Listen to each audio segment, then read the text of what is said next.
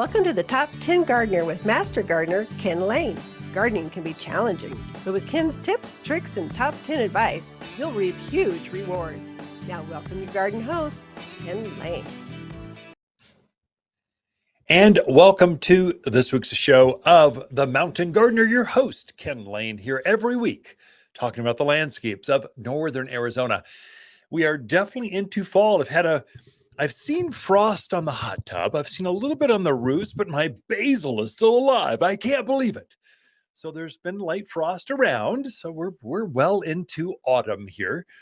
But eventually we're going to get a hard freeze. Hard freeze where it takes out all those annuals. The dahlias will be gone. The geraniums will be out of here. The petunias will be looking pretty rough. And the basils are such a wimpy plant. It's a tropical plant. They'll be gone. And so you're starting to get into where your winter evergreens are going. The maples are in bright colored red. It's beautiful. There's a couple maples that are probably better than others. So you're seeing two main ones right now. There's a bright red one that's called Blaze Maple or Prescott Blaze Maple. That's probably a top seller. Fast grower, takes our wind. It's a good bulletproof plant. You plant it out there in the landscape and you just know it's going to do well. Whereas some of your other maples, there's probably 100, probably more than that, different kinds of maples. That's one that you want to consider and plant in your yard. If you're in the mountains of Arizona where we're exposed to wind and alkalinity and clay soils, another one that's kind of an orangey color, it's called Armstrong maple. It's related. They're cousins of each other. Just one turns kind of orange. The other one turns red. Pick your color. Another one that's kind of less popular because it's gold or yellow, much like an aspen turns color. My aspens are in full color right now. But it's a silver maple. Silver maple's yellow. Armstrong maple's orange. And Blaze maple is red. Pick your colors, mix and match. They're all going to do exceptionally well. Fast growers.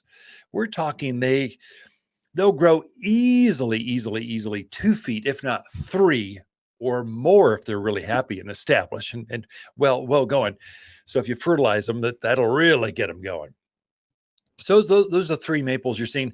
If you see a columnar tree with white bark, that's obviously a native, grows wild up here in the mountains with us. It'll grow in any of the yards where this show broadcasts, unless you're picking this up digitally through Phoenix. Aspens do not grow in Phoenix, but they love growing up here at elevation. I would say from Sedona to Camp Verde, all the way up the hill to Flagstaff and White Mountains and Williams and Kingman and Prescott Valley, Chino Valley. It's going to grow well for us. You might have to put it on irrigation. Water it once a week. You'll be fine. That's enough to keep an aspen going. Actually, any of these trees, they're deep-rooted.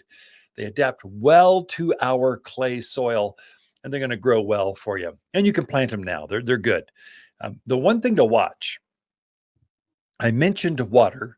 So I'm having folks go, how often should I water? I'm seeing folks that have been watering like crazy from like when it was really hot a month and a half ago to now we're starting to see a little bit of overwatering, mainly in the evergreens. You see your spruce starting to turn color. You see some purpley colors to it.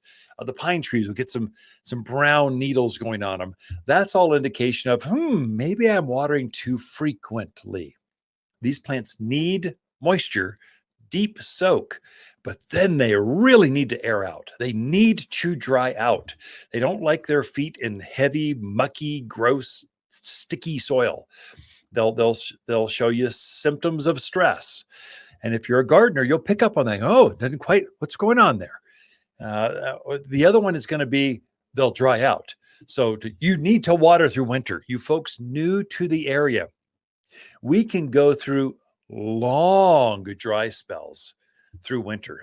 We can go for a couple months with no moisture, but our ground doesn't freeze like it does in the Midwest. So plants are still using moisture. It's slowly, but they're still using it.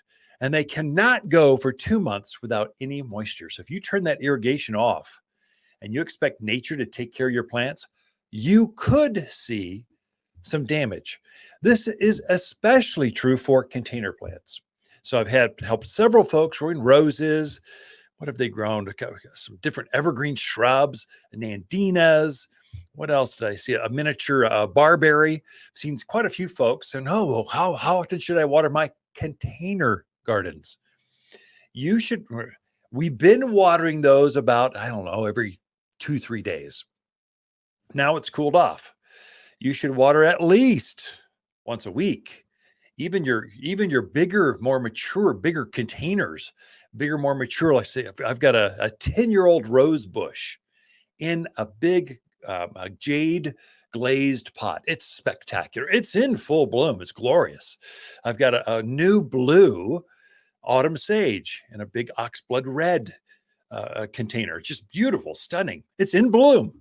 Hummingbirds have been migrating through, taking advantage of it. The bees have been all over them, kind of frantically harvesting, getting that last pollen out of the flowers before winter comes. They've been busy, but you need to water those plants. I would say right now, at least every 5 to 7 days. And here's the insider tip. If you're going to grow things in containers, whether it's wood, plastics are a little tricky. I tend to overwater in plastic pots. Clay is the best you can plant in because it breathes, it holds moisture, it insulates better. It's not about the cold with your containers. It's about how dry they are as they go into cold. So if you hear the weatherman going, oh, it's going to be a cold one. Oh, it's coming down from the north. It's going to be brutal. Oh my gosh, everyone bake cookies and sit by the fireplace because it's sip tea. It's going to be a cold one. People run to the grocery store. They obliterate the shelves like we're going to be snowed in for a week. Maybe a day if we're desperate, but things, they tend to clear out pretty quickly. Plants can go through that cold. They've got antifreeze in them. They're built in. They're like your radiator in your car. They can get through this as long as they're hydrated. So for me, I've got over 50 containers. I've got lots and lots, big patios, lots of containers. I've collected them over decades. And so I'll go out if I see it's getting really cold. Not like this week. This week has not been cold. We've seen maybe a tinge of frost, depending on where you're at. I haven't seen my plants nipped yet. I will, but November, eventually it comes. You're going to get a hard freeze. But I'm talking about that it really spikes down into low 20s, the teens. If you see that, make sure your plants are watered. I'd say for your landscape. If you have new plantings, it is a great time to be planting a new maple, as I mentioned, a new evergreen, spruce, pine, fir, cedar, juniper, cypress. This is a great time. It's preferred time to put those in the ground. If you do that, make sure you water it when you first put it in really well. And then water it, I would say at least a couple times a month. Take a hose and give it a deep soak.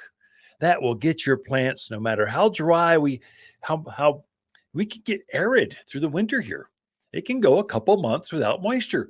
Make sure you're watering things a couple times a month. Those plants will just come through next spring like a champion.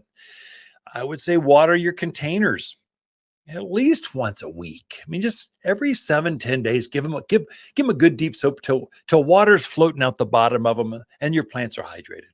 And then if you see a real cold snap coming, this is probably into December, January. If you see a real deep cold coming, you water everything.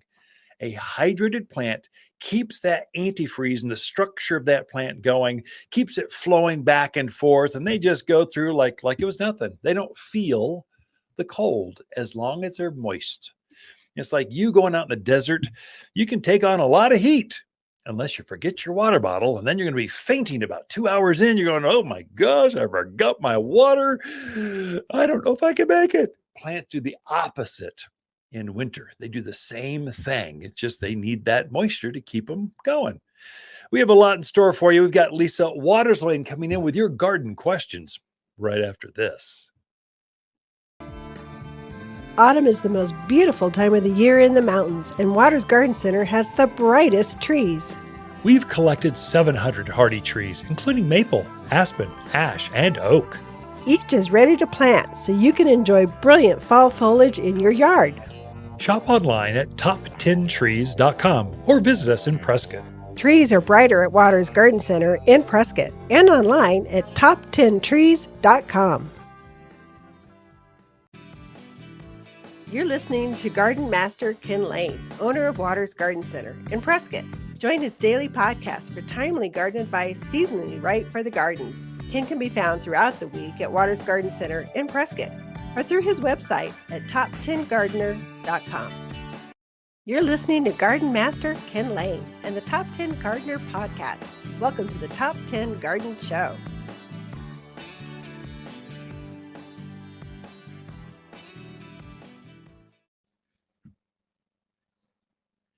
And we are back with Lisa Lain in the studio. She comes each week with your garden questions. Says, what are people talking about? You can learn from neighbors. Mm-hmm. Well, welcome to the show, Lisa. Thank you. How are your gardens looking? Some look great. Some are kind of going, I'm ready to go to bed. Pansies are going nuts. Mm-hmm. I mean, we put some of those in and they are overflowing. Oh my gosh. I was kind of worried the birds were eating all the flowers. So the finches are coming through. Yeah. And I think that, and then I fertilized them and now they're even more beautiful than ever. Mm-hmm. They're really going to town on things. So yeah, they're looking good. So yeah, some things are looking great. I noticed my lantana is going, it's getting a little cold. Time for a Phoenix friend to take it and grow them on. So even the perennial varieties, there's some perennial varieties of lantana. Yeah. They're going to hibernate underground like a perennial. Mm-hmm. And the annuals, well, they're just going to die in the winters. It depends on what variety you have. Right. So I had a really cute little customer. She was in. She goes, something happened to my plant. I don't know. And I'm like, well, got a picture? Let me see a picture. Yeah. Well, it was a coleus that had been got left out in the cold, and it was showing it. Yeah. So some are definitely more sensitive than others. Some are hanging on. Yeah. But some are like, I'm done. Those are tropical plants. That's truly a coleus. Now ours look pretty good, but they're underneath the overhang by the front door, so they'll last a couple more weeks before. But as soon as you get down to 20s, they're over. It's done. It is done. Think you could bring that indoors? So coleus, sure, make a good house plant. Sure, but you got to get it in before the cold. Yeah, geraniums, mandevillas. Actually, mandevillas are a nice little plant that can easily come indoors and winter over with you. Plan ahead. Yeah. Or just let them go. Plant some pansies. So much easier. Don't fight pansies, snapdragons, violas.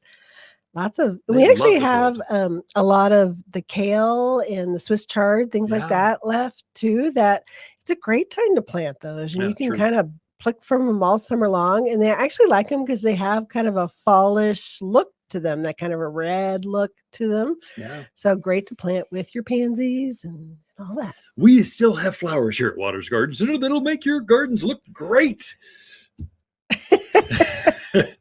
Anyway, all right, we should go to questions. I have a feeling after that commercial.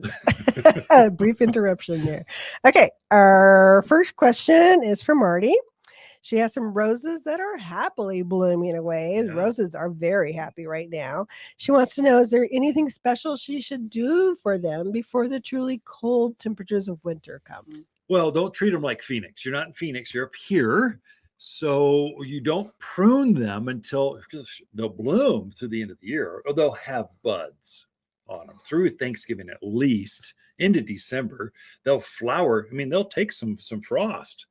They're just over the top. This is some of their best blooms are now because we don't have the bugs. There's not many aphids and thrip. It's not as hot. They can bloom. They'll bloom longer because they don't dry out. It's just a good time for roses. It is. Then you keep that structure up, and you might fertilize them. That's the best thing you can do. Keep them happy, keep them healthy, keep them plump.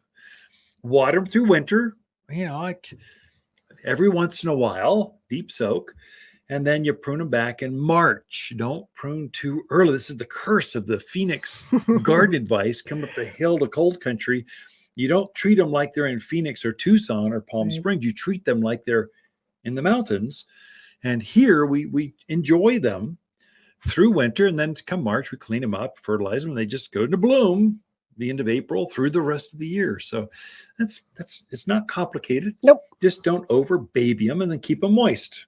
Yeah. Periodically. Sounds fertilize. good. Keep them happy. That 744 all-purpose plant food is like magic for all your plants in the landscape, but especially things that bloom. So your spring bloomers, lilacs, forsythia, flowering quince, rhododendrons, all those things, but also your roses are going to greatly benefit from that this time of year. Okay. All right. Next question is from Jared. He wants to plant some trees to screen a neighbor's new shed. Okay. So he's looking at the blue ice Arizona cypress, and he wants to know how close can you plant those kind of trees together to create a really good screen? Yeah, Jared, good question, actually. How to space how many? And if you get this wrong, you won't find out, 4 or 5 years from now, there's no recovery. So you do want to do the math or ask for advice. Don't wing it, and don't read the internet. The Google's not going to advise you on how tight to space it. But here, you're tuned into the right place. Jared, we can help you here. What you do is you'll take the width of whatever they say they're going to grow. So blue ice grows about, high teens by about 10 foot wide. Divide that in half. The width, divide it by half, and that's your spacing. So blue ice, if you want an overlapping pattern well above head height and you want solid, those branches overhang each other and just grow, and you couldn't get a cat couldn't grow through there, much less headlights and the neighbors' kids and dogs and everything else. So about, I would say, every 6 to 7 feet would be about right for blue ice, and it will be tight up to about the 10-foot level, just solid. Then you'll get those points at the top, because it grows kind of like a Christmas tree, or a rounded Christmas tree, but those lower branches you want to overlap so you get that tight pattern and privacy screen. Mm-hmm. Could you space it out more? Yeah, but then it'll take longer to fill in. So it depends on your wallet, how much you got to spend. Go bigger, go tighter, and it'll be faster, fill in faster. If you want to spread it out, go with smaller units or space them out a little bit more, and it'll just take a few more years to fill in the way you want. So, okay, we get that? I think so. It all. Jared, just come in. We can space. Well, we'll just space it out in the aisleways. We'll show you. So bring out how many feet you're trying to do. I need 50 feet, or I might need 10 of them. If you really have a long distance and you want it tight, or maybe get by with 6 of them. Right. We'll help you space it. All right. Next question is from Tom. He said he thought it was always best to rake up and remove fallen leaves, but now he's hearing that it's better to leave them on the ground.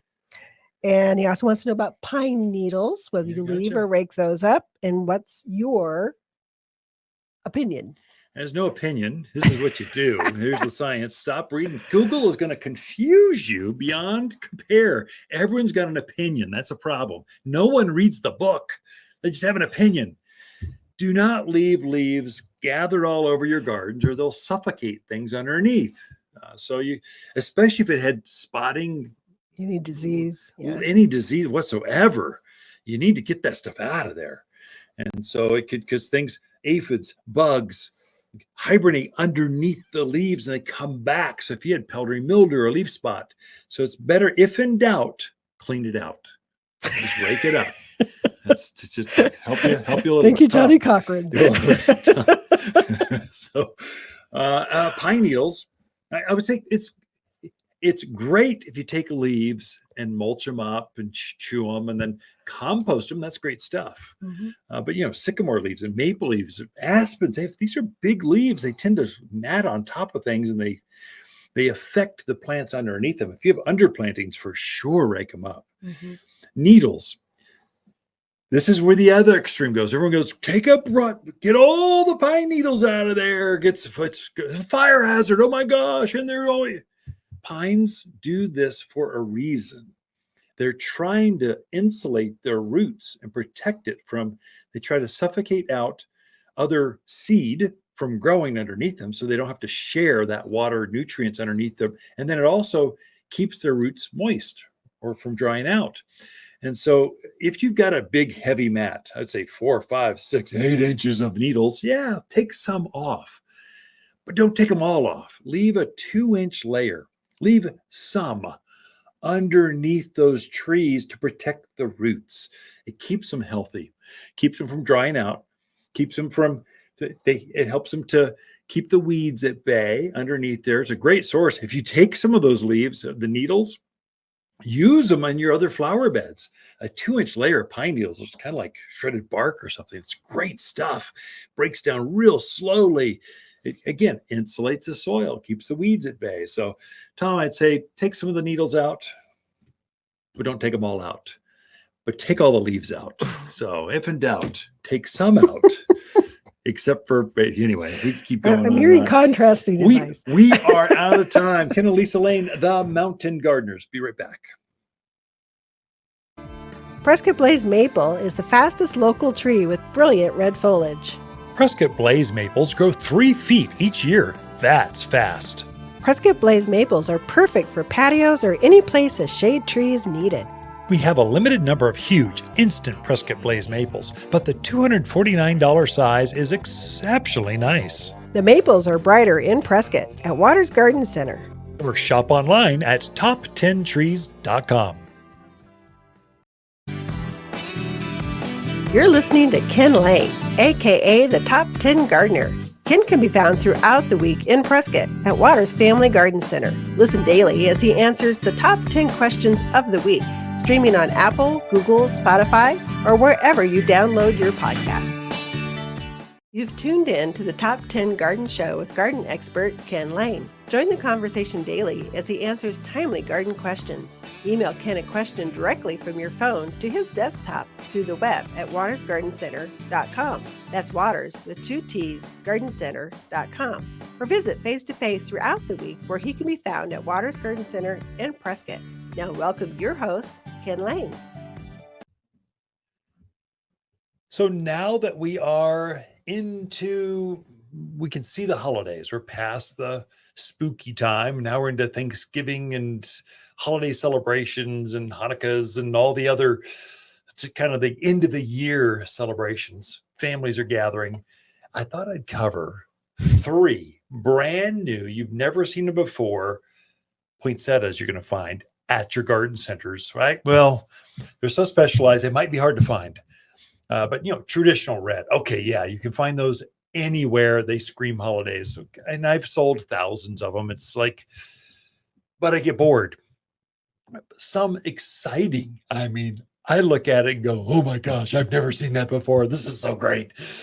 There's one that's inverted. There's a new pink variety of poinsettia you're going to find. It's called Frosted Elegance.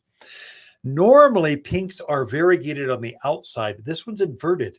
It's a pink leaf or petal or bract, but there's a white stripe going down the middle. It looks like frost has landed on top of this thing. It's all natural. It's not like glitter's been put on top of it. It's just a freakish new genetic coming out that if you have one, you'll be the only one that's got one in your neighborhood, definitely in your family, called Frosted Elegance. It's pink and white variegation. It's hard to explain, but this week's article that I wrote showed them off. So if you want to see that, go to our blog site, go to watersgardencenter.com, hit the blog, you'll see it right there. Another one that was kind of unusual, it wasn't red. It's called Sangria Sunset. It's a really deep maroon, actually. It's it's darker than red. It's not a bright red. It's a deep, rich, luxurious red. You kind of go, oh, I just feel warmer. The room will be lifted going, I'm so glad you're here. Traditional, it's not variegated. It's just solid, a maroon color, real deep, deep, deep red, not black, red, but deeper than that. It's got a velvety red look to it. Very unusual, very neat looking, kind of different kind of red. Lastly, it's called Scarlet Swirl. This is a red, but it's got speckles. It's like you took a country quilt and threw all the patterns off of it and onto this red, and that's what it is. It's got this patterned look, very unusual. If you've got a cabin, If you like cottage gardens or English gardens, scarlet swirl, that's your poinsettia. I mean, it's just any one of these would be beautiful in your home, or a great housewarming gift or party gift for those Christmas parties. They're coming up. I'm already getting overbooked. I just had someone, they just tried to book the same party. It's on a Tuesday of all things, 2 Christmas parties in the same evening. I can't go to both. One's in Phoenix, one's up here. Which one do you go to? I gotta pick and beg out of the other one. Maybe I'll send a poinsettia to the one and go to the other. I don't know. It's going to be a good. We're definitely past pandemic and into. We are very comfortable gathering together and just celebrating with each other, which is a great place to be. You find that if you've been traveling at all this year, oh my gosh, there are no masks on the plane. A couple maybe. Sometimes I just want one going, I just feel dirty. I just feel like I'm being surrounded. Don't touch me. I just want to get on the plane, get in line, head down, get your baggage on and go. It's crowded.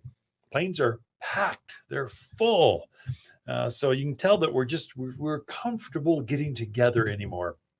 Lisa and I we're really looking forward to Thanksgiving. We're actually going to we rented a VBRO or Airbnb. We rented a big house and the entire family's coming over in San Antonio. So that's most of our kids are in San Antonio. So let's just rent one down there, get together. I'm hoping that I'll have some of these poinsettias at the garden center before it. I'll take some with and give one to each kid. I might take one of each, give one to each kid. They would love that. Or each grandkid. Oh, even better. Oh my gosh. My kids, our grandson just got his FFA jacket this week. So photos are going around. So we are very proud of him. Future Farmers of America. Go boy, you got this. So he's in high school, just getting started. Already, a freshman, already lettered in FFA. That's just so proud of him. That's a Texas thing. So it's like, that's not true. Chino Valley here in Arizona has got a tremendous FFA program. So we've got some very good Future Farmers of America. Yuma's got a tremendous club down there. So we've got it going on, but I'm proud of my grandson. He's just kind of doing great. So those are the kinds of poinsettias. Yes, you'll find reds as well. And we'll probably have some whites and some traditional pinks. But to see them variegated or a deeper, richer red or speckled patterned red, so it looks like a quilt, those are your 3. Frosted Elegance, Sangria Sunset, and Scarlet Swirl. Those 3 you're going to find. And if you want one of those, it's like if you can, pre-order them so they come and they just have your name on them. That's the best thing to do. If not, hit your garden centers early and often, and when they show up, just grab one because they won't be there in the next day. Got more for you. Be right back after this.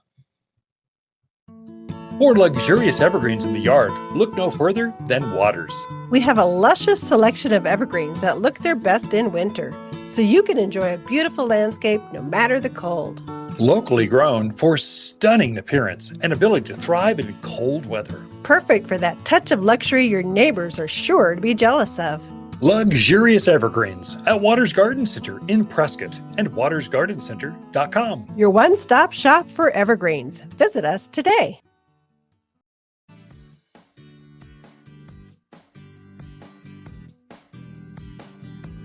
The Top 10 Gardener, your source for timely garden advice, seasonally correct for the garden, guaranteed to make a difference in your yard this season. You've tuned in to the Top 10 Gardener with garden expert Ken Lain. Join him daily as he answers timely garden questions that are sure to make a difference in your gardens. Now welcome your host, Ken Lain. And we're back with Lisa Lain in the studio. She comes each week just to share her garden advice, just from a different perspective, different, soapbox, maybe. I don't get on a soapbox. I do. I know. I like my soapbox. I know. I'm always afraid you're going to fall off of it. You haven't yet. But... we do have, speaking of soapbox, or just oh, no. fumbling sometimes, putting our foot in our mouth. Oh. We have a new thing we're trying Oh. at the garden center. So we're trying to do pre-ordered collections. So we had a special Christmas cactus and a very rare, unusual, freaky, you've never seen this before, cyclamen, paired them together because they screamed holidays in full bud. They're beautiful. We threw them out there, and people bought them up in under a day. They were all gone, the entire crop. We were able to find some more, but in the interim, I'm afraid that Shopify had shut our system down because they said there is no way you could sell that many plants to that many people that quickly. It's got to be something's going on. So they shut our account down. I begged and pleaded. It took me 2 days to have them wake up and smell the Christmas cactus. Come on, folks. We're not just a putsy little farmer market. We're actually a real business garden retail. We know plants. We sell lots of plants. And they finally brought us back online. But I apologize to those folks that wanted, because we'd gone back out and said, hey, you missed it the first time. We found 35 more. Hey, I found a few more if you want them. And then people said, yeah. And they couldn't get them because Shopify had shut off our credit card services. So doggone it, it's back online. We got it back. So we're coming back on. We're gonna I think we'll sell out of the last round. If we have a few left because we fumbled the ball, we'll have them here at the garden center here in a couple weeks. Poinsettias are up next. So I think we've got Shopify straightened out. Again, it's a learning curve. We'll find out. We try to launch these new digital services in the winter when we got time to polish a diamond, figure things out. Yep. And then when spring hits, because we got peonies coming, we've got, just dahlias, carnivorous plants. We're going to pre-sell these things because they're so unusual. We usually bring them in and they're gone in a weekend. And people are going, our core customers are going, where were they? I came in every weekend. I didn't see them because they sold out so fast. We're going to go, okay, you can jump to the front of the line and have them waiting for you. So we're talking pre-order collections kind of stuff. So we've got some fun stuff, but apologies to those folks. I know it went out. I know you couldn't get to them because you called and you came into the store. I know, but we're trying. We're limited really by this trying. technology. You think would make life easier. It makes it more exciting, but not easier. Oh man. So stick with us. Yeah. We're working on it. It's exciting. People We're got process. excited about it. Yeah. Anyway, let's go on. Let's get past the problems or solutions and go into fun gardening. What do we got? Sure. So last week I talked about some of the new evergreen trees that we got in stock. Right. Some really cool different ones. This week I thought we'd talk about shrubs. So evergreen shrubs. So many people, I drive through the neighborhoods and I see them. They have really pretty butterfly bush and good heavens,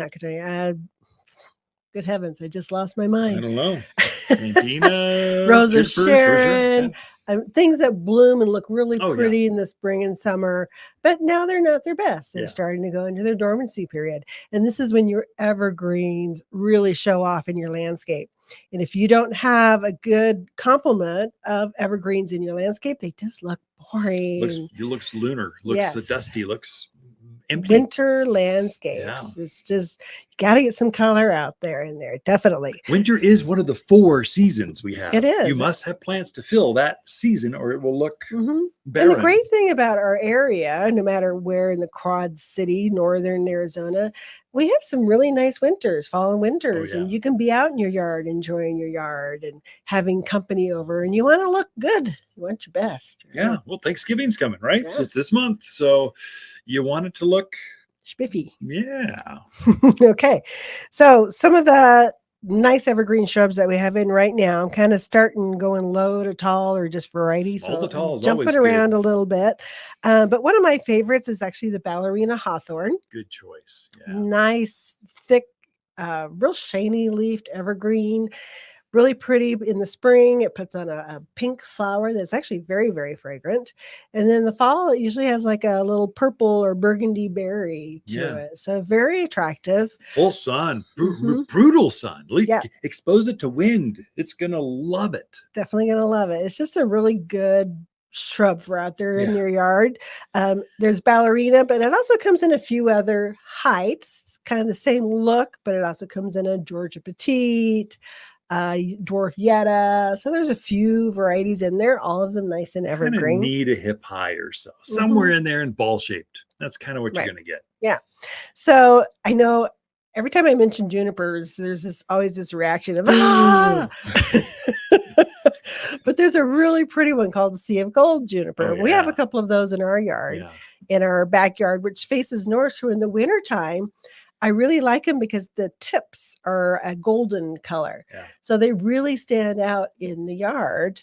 They get about 3 feet tall, 4 to 5 feet wide.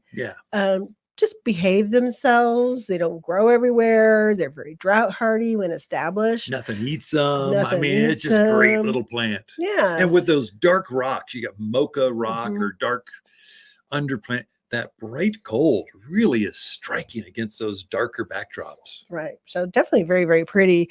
The other one that's real pretty is the Silver Princess box leaf euonymus.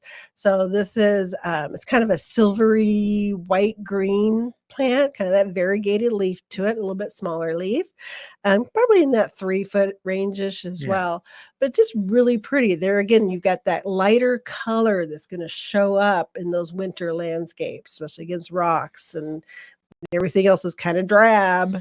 They're out there going, I'm here, I'm pretty. So those are definitely nice. There's another juniper I really like called Blue Star Juniper. That one is pretty, It's kind of a silvery blue. Has a really different, doesn't have your traditional juniper look. Very attractive. And these I like. We have them in the regular plant, like in the bucket plant, but we also have them on a standard.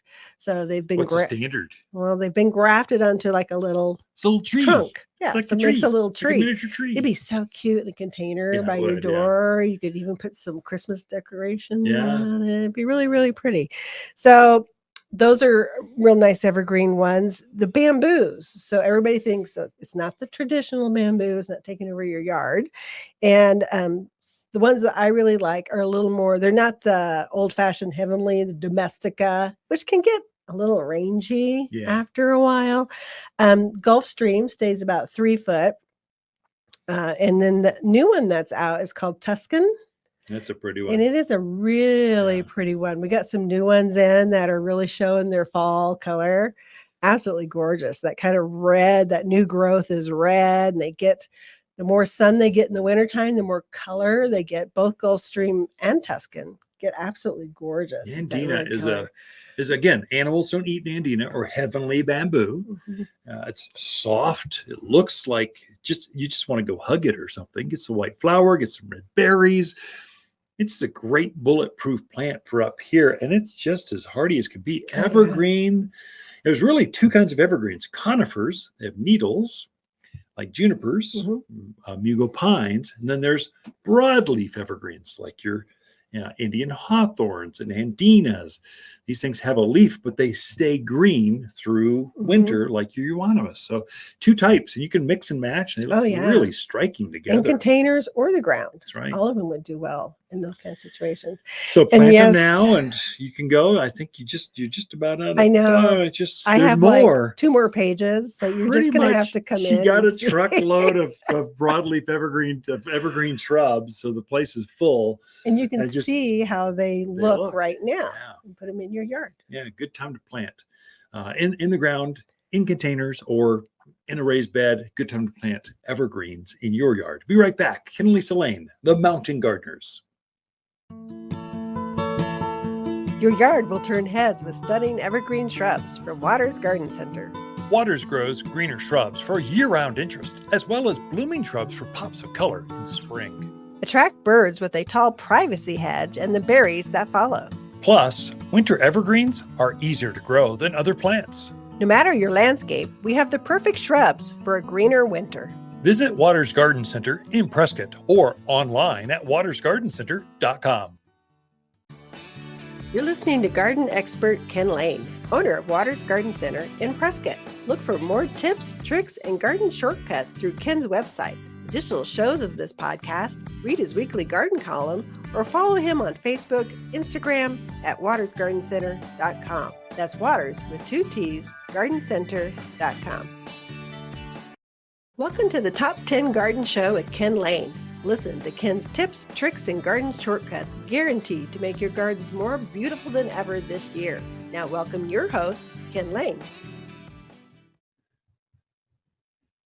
Now, in the mountains of Arizona, at least, let's see that 3,500 to 6,000 foot level, we can grow things year round here. We can have vegetables year round, flowers year round. We can have all 4 seasons look fantastic year round. We do have 4 seasons, but they're so mild that the ground doesn't really freeze. It doesn't turn into ice like it would in the Midwest. And so it thaws. And so it's so nice during the day, it can cold at night. And so some plants that just thrive on that. And you're in that transition zone now. So you're starting to see your summer vegetables they're done. I mean, they might have an eggplant, a cucumber, a tomato hanging on, but pretty much they're done. I mean, you pick them, have them ripen inside the house because they're going to freeze and turn to mush. Pull those things out of the ground. They're not going to do you any favors at this point. You're done. It's over. But what you can do is free up that space and put in your winter vegetables. There's a whole series of edible crops that love to grow through the winter. They'll harvest. You can have parsley and kale, spinach, broccoli, cauliflower, Brussels sprouts. You can go on and on. Basically, if you're thinking, if it's a fruit, you're harvesting the actual fruit, a cucumber, an eggplant, a tomato, that's a summer plant. So they don't like the winter. They're going to die. If you get to even close to 32, they just stop. They shut down. They're going, I am just too cold out here in the gardens. And it's over for them. The plants that you're harvesting, the flower or the foliage, one of those two. So you're picking off the lettuce, the spinach. You're harvesting the Brussels sprouts off the stems, or the cauliflower is basically, it's a flower. You're eating the flower part of it. Those are plants that love the cold. Actually, they'll perform better. The flavor comes out better when it's chilly. They need frosty nights for the flavor to kind of come around. If it's too warm, they tend to bolt. They get bitter flavor. They go off flavored. And so this cold climate, this is when they do better. So there's actually a seasonality. So you're dealing with these winter crops or cool season crops. They do better in spring and fall. This is their best time. So you're planting them in March. You're planting them really now. And you'll harvest those through the end of the year. In January, everything takes a little break in January, including us, gardeners. We take a little break. We're inside, sipping some tea, eating some more cookies, trying to deal with that holiday weight we just put on in January. And then February comes around, it gets really nice, and you just go right back at it, and you get your soils ready, and you're right back at it. So a lot of your flowers are the same way. So you're pretty much, it's done. The petunias, the calibrachoas, the geraniums, the zinnias for sure, on lantanas, they're done. They're not pentas. It's all over. They don't like the cold. But if you pull those out, add a little fresh potting soil, and you put fresh pansies and snapdragons and violas and ornamental kales and cabbages, these are beautiful plants, and they love showing off. They feel beautiful in the winter. They feel hot and sweaty in the summer. So these plants they're just like people. Some people love summer and they just get chilly. They need more layers. I can't get warm. I need a Phoenix home. They're just like the summer. And some folks love the chill. They love a fire, roasting their bum in front of the fire, just looking out, watching snowflakes fall. That's their time. There are some plants that are the same way, that love being out there in that cooler weather, and they show off and they talk to you better. They bloom better. So my pansies, I planted those maybe a month ago because I wanted them to be full and chubby and full and happy. And then I knew when this weather turned, they would just bloom their little heads off. And they are. I mean, they're just covered. You can hardly see the foliage. They're all flowers. And so this is a big pot. We're not talking one plant. We're talking 3 or 4 in this container. And it is overflowing. And it will look like that right through winter because we're so mild. Now I'm up above the high school here in overlooking the Dells here in the Prescott area. And so I'm up at, I think the house is at 5,700 foot level. So it's in that zone where we get cold. I mean, when I'm heading home, sometimes it's right there at the snow line where it's really dumping and the rest downtown is not. So that's where these plants are thriving. And they like that kind of weather. If I get too much snow in the winter, I'll brush off the snow off the top of my pansies. And there they are underneath the snow. I brush it off so they can see the light. There's something about flowers popping through snow that just goes, wow. But it's not crocus, it's pansies and violas. Snapdragons, now they'll bloom to the end of the year. And then what they'll do is they'll stop blooming and they have that flower stalk. So I'll cut that flower stalk off, but I'll keep the green foliage up because they look good. They're evergreen. They look good. They're good fillers inside my containers or at the back end, middle side of that raised bed or something.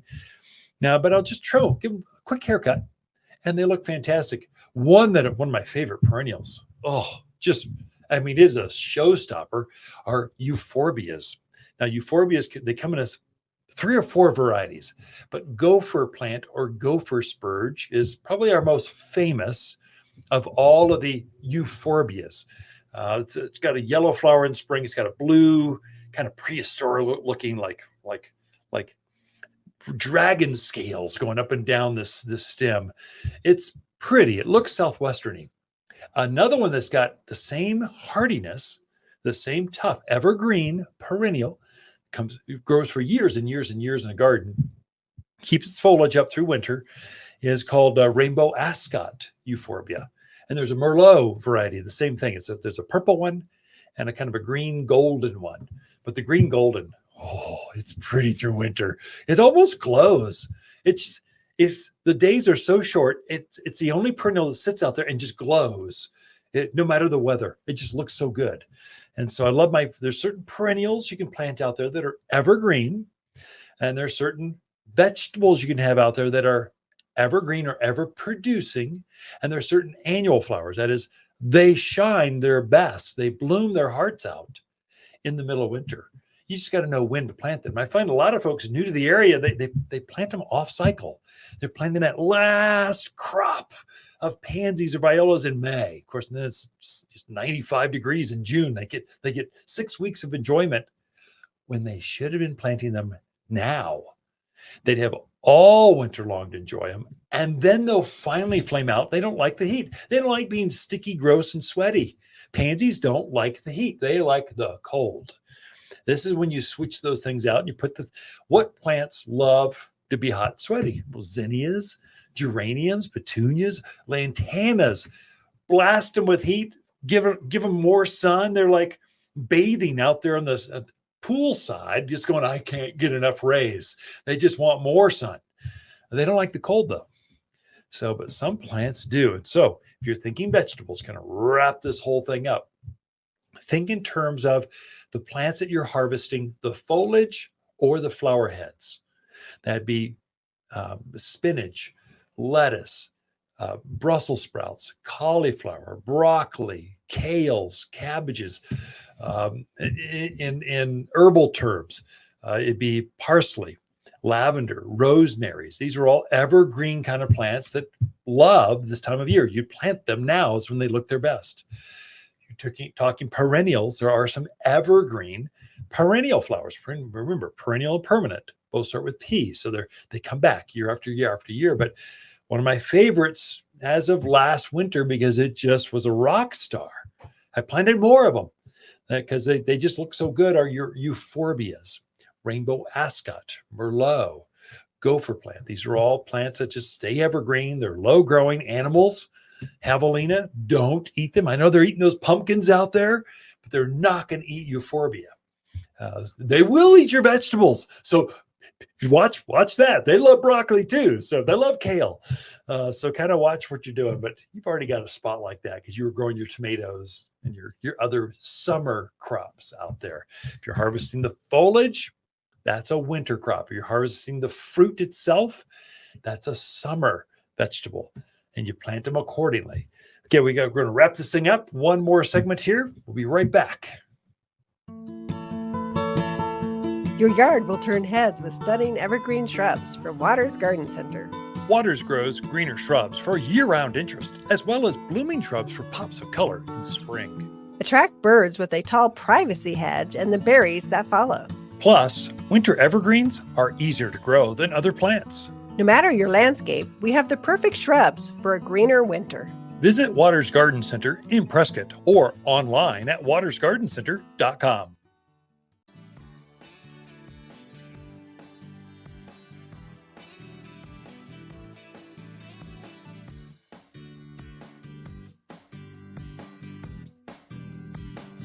You're listening to garden expert Ken Lain. He can be found throughout the week at Waters Garden Center in Prescott. Thanks for tuning in to the Top 10 Garden Show. You've tuned in to the Top 10 Gardener with garden expert Ken Lain. Join him daily as he answers timely garden questions that are sure to make a difference in your gardens. Now welcome your host, Ken Lain.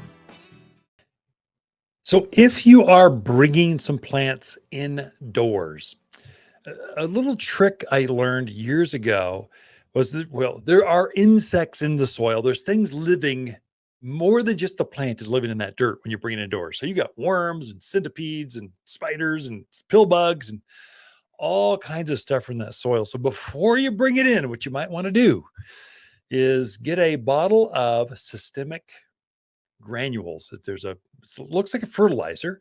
It's very inexpensive.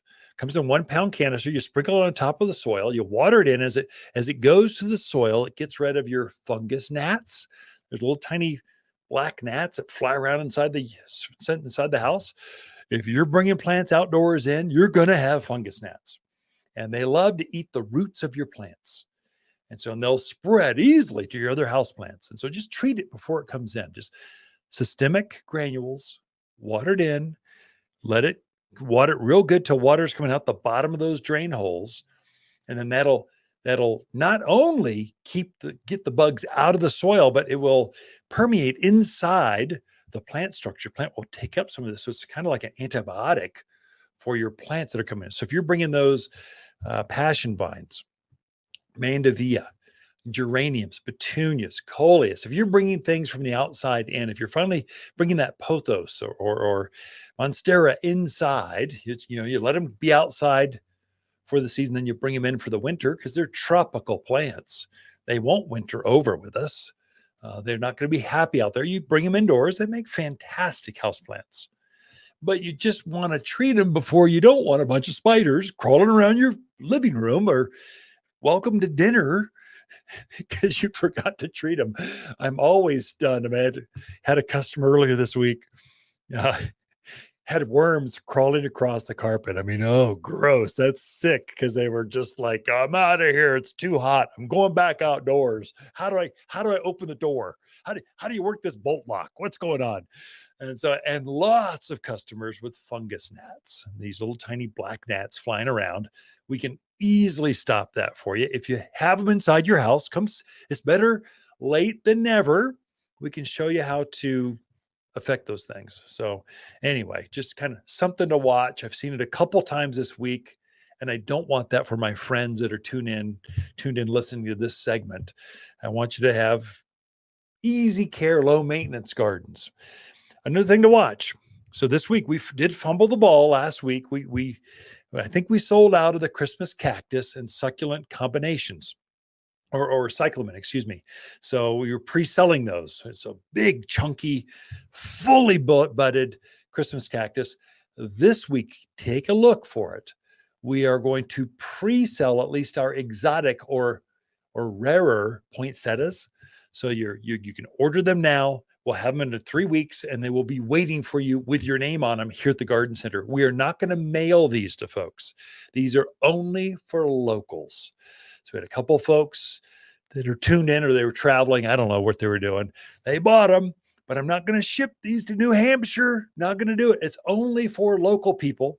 But if you want to snag the Frosted Elegance, Country Swirl, Sangria Sunset, these really exotic, rare, different kinds of colors of poinsettias, grab them now. Put your name on it so they're waiting for you. And so I have a feeling I'm going to run out of these as well. We'll find out how much demand there is. But these are big, full, glorious. They're not quite in full color yet, but they're coming into color really nicely. So we got to tell people about these. So that was the reason for the article this week. That's the reason for the plant drop. We here at Waters Garden Center, we're letting folks jump the line basically and order them and have them waiting for them at the garden center. With that, Lisa and I camp out here at Waters Garden Center, and we love talking to fans of the show. For luxurious evergreens in the yard, look no further than Waters. We have a luscious selection of evergreens that look their best in winter, so you can enjoy a beautiful landscape no matter the cold. Locally grown for stunning appearance and ability to thrive in cold weather. Perfect for that touch of luxury your neighbors are sure to be jealous of. Luxurious evergreens at Waters Garden Center in Prescott and watersgardencenter.com. Your one-stop shop for evergreens. Visit us today. If you want a more fruitful garden, increased success in landscape that just feels better, then tune in daily to the Top 10 Garden Podcast. Years of tips, tricks, and garden shortcuts are guaranteed to make your gardens nicer than ever. Listen to this podcast or read Ken's weekly garden column by visiting watersgardencenter.com. That's Waters with 2 T's, gardencenter.com. Thanks for tuning in.